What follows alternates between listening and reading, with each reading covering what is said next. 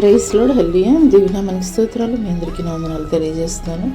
ఈ దినం కొరకు దేవుడు సిద్ధపరిచినటువంటి మాటలు ప్రియ సహోదరి సహోదరుడా, మీ అందరికీ తెలుసు. ఈరోజు మనం రిపబ్లిక్ డేగా మనమైతే కనుక జరుపుకుంటున్నాం. మరి 77వ రిపబ్లిక్ డేగా అయితే కనుక మనం జరుపుకుంటున్నాం. ఎందుకొరకు అంటే కనుక మరి బ్రిటిష్ వారి యొక్క బానిసత్వపు సంఖ్యల నుండి విడుదల కలగజేసి మనల్ని స్వతంత్రులుగా మరి జీవింపచేయు నిమిత్తము పోరాట యోధులు ఎంతోమంది వారి యొక్క ప్రాణాలని త్యాగం చేసినటువంటి వారిగా ఉన్నారు.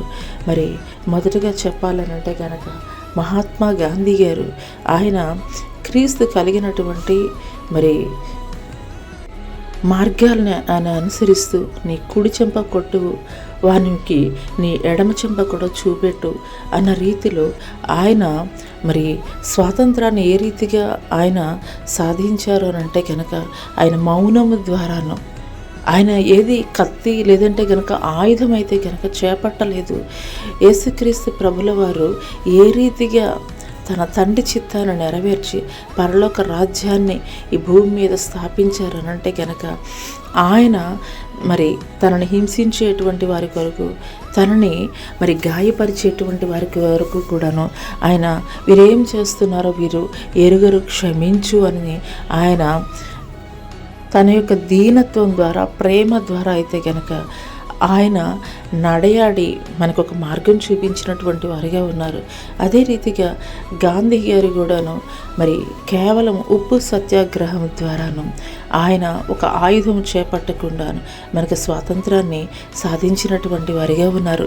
అయితే ఈ స్వాతంత్రం పొందుకున్నటువంటి మరి ఈనాటి కాలంలో ఉన్నటువంటి ప్రజలు ఏ రీతిగా ఉన్నారంటే స్వేచ్ఛ, స్వాతంత్రం అని అంటే కనుక ఇష్టానుసారంగా జీవించడం, స్వేచ్ఛ స్వాతంత్రం అనంటే వారికి నచ్చినది చేయడము, స్వేచ్ఛ స్వాతంత్రం అనంటే మరి ఇతరులకి ఏ రకంగా హాని కలిగినా కానీ పర్వాలేదు, నేను మాత్రము స్వతంత్రతగా నేనైతే కనుక ఈ యొక్క లోకంలో జీవించాలి అని ఇష్టానుసారముగా అనమాట భయంకరమైనటువంటి మరి పాప కోపంలో అయితే కనుక జీవిస్తున్నారు. హల్లెలూయా, హల్లెలూయా. ఆదాము మొదలుకొని నేటి వరకు ఉన్నటువంటి మానవుడు మరి తాను చేస్తున్నది ఏమిటి అనంటే కనుక దేవునికి మరి దగ్గర అవుదామని చేసేటువంటి పనుల్లో మరి ఇంకనూ కూడాను దూరంగా జరిగిపోయేటువంటి వాడిగా ఉన్నారు. ఇంకనూ కూడాను మరి పాపము చేస్తూ దూరంగా జరిగిపోతున్నటువంటి వారిగానే ఉన్నారు.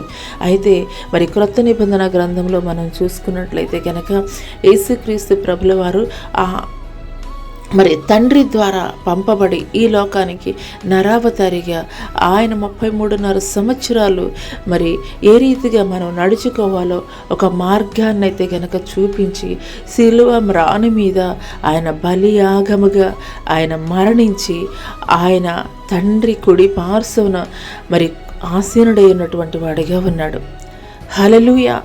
ఈ యొక్క ఉదయకాల సమయంలో ఈ మాటలు వింటున్నటువంటి ప్రియ సహోదరి సహోదరుడా, ఇంకనూ కూడా నీవు రక్షింపబడక ఉన్నావు అని అంటే మరి దేవుని యొక్క మాటలు ఎన్ని విన్నప్పటికీ కూడాను నీ యొక్క రక్షణని వాయిదా వేస్తూ మరి నీ యొక్క రక్షణని నిర్లక్ష్య స్వభావంతోటి ఉంటూ మరి ఈ లోకంలో నీవు జీవిస్తున్నట్లయితే కనుక మరి నీవు స్వాతంత్రత పొందుకొనలేవు. ఇంకను కూడా అపవాది యొక్క కాడి క్రిందే నీవు ఉన్నావు, స్వతంత్రత లేనటువంటి జీవితాన్ని నీవు కలిగి ఉన్నావు అనేటువంటి విషయాన్ని అయితే కనుక నీవు గ్రహించుకోవాలి.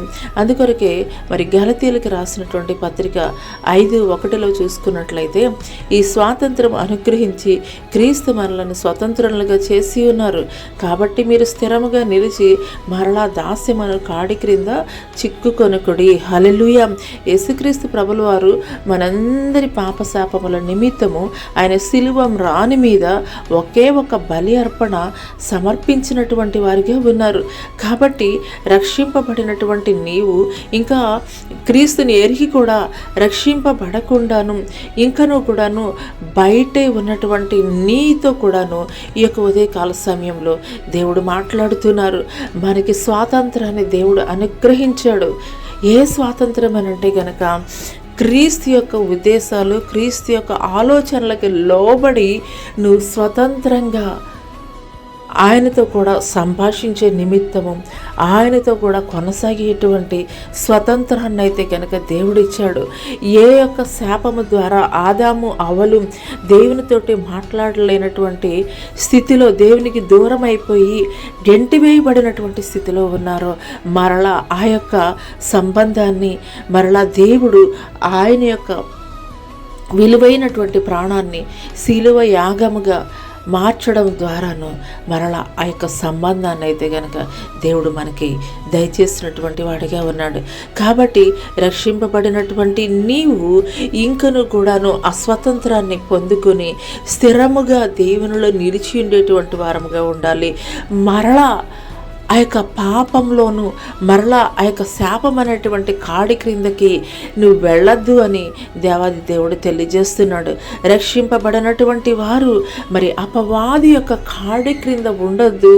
మరలా ఆయన సమీపంగా ఉండగానే మరి పరుగులు పెట్టుకుంటూ ఆ యొక్క రక్షణ అనేటువంటి కంచెలోనికి భద్రము చేయు నిమిత్తము పరుగులు పెడుతూ రమ్మని దేవుడైతే ఈ యొక్క ఉదయకాల సమయంలో ఆహ్వానిస్తున్నారు.